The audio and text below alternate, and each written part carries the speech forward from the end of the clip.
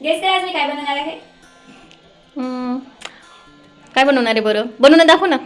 चल, 1.5 कप मैदा घेतलाय, गाळून घ्यायचा आहे. तेल घालायचं आहे, चवीप्रमाणे मीठ घालायचं आहे. सेंधा मीठ वापरत आहे मी इथं. मिक्स करून घ्यायचं आहे. थोडं थोडं पाणी घालून आपल्याला डो बनवून घ्यायचा आहे. आपला डो बनवून तयार आहे. आता हे डो आपण रेस्ट करायला ठेवू, तोपर्यंत आपण फिलिंग बनवायला घेऊ. 1 चमच तेल घालायचं आहे. यामध्ये आपल्याला लसूण घालायचा आहे, बारीक चिरलेला. लसणाचा हलका गोल्डन कलर झाला की मग आपल्याला घालायचा आहे अद्रक. हिरवी मिरची घालू. कांदा घालायचा आहे. कांदा हलका छान इथे मऊ मऊ झाला की मग यामध्ये आपल्याला घालायचं आहे कॅबेज. त्याचबरोबर घालायचे खिसून घेतलेलं कॅरेट आणि वरतून थोडीशी घालायची कांद्याची पात. आता मिक्स करून घ्यायचं, सगळं एकजीव करून घ्यायचं आहे. काळी मिरी पावडर घालायची, जिरा पावडर पण घालायचा आहे. आपली स्टफिंग थंड होत आहे तोपर्यंत आपण पाणी गरम करायला ठेवूया.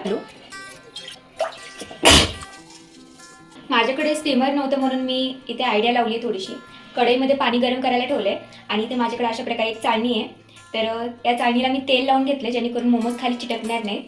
आणि आता ही चाळणी आपल्याला या पाण्यावरती ठेवायची आहे आणि वरती झाकण लावायचं आहे. मी मोमोजचं पीठ इथे रेस्ट करायला ठेवलं होतं. आता आपण मोमोज बनवायला घेऊया. इथे एक पेढा घेतलेला आहे मैद्याचा, यावरती आपण कोरडं पीठ लावू. आता आपल्याला लाटून घ्यायचं आहे. या पद्धतीने आता स्टफिंग भरू आणि मी दाखवत आहे त्याप्रमाणे आपल्याला कळ्या पाडून घ्यायच्या आहेत.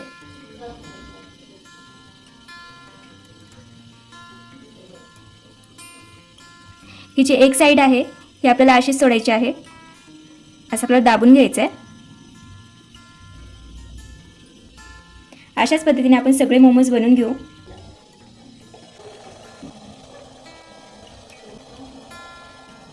झाकण लावून आपण ह्याला आता आपण मोमोज चेक करूया. या इकडे मस्त शिजून झालेत.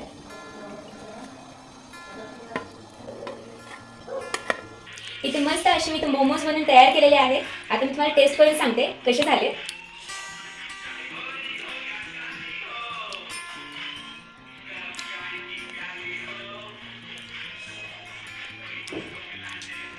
खूप मस्त, एक नंबर.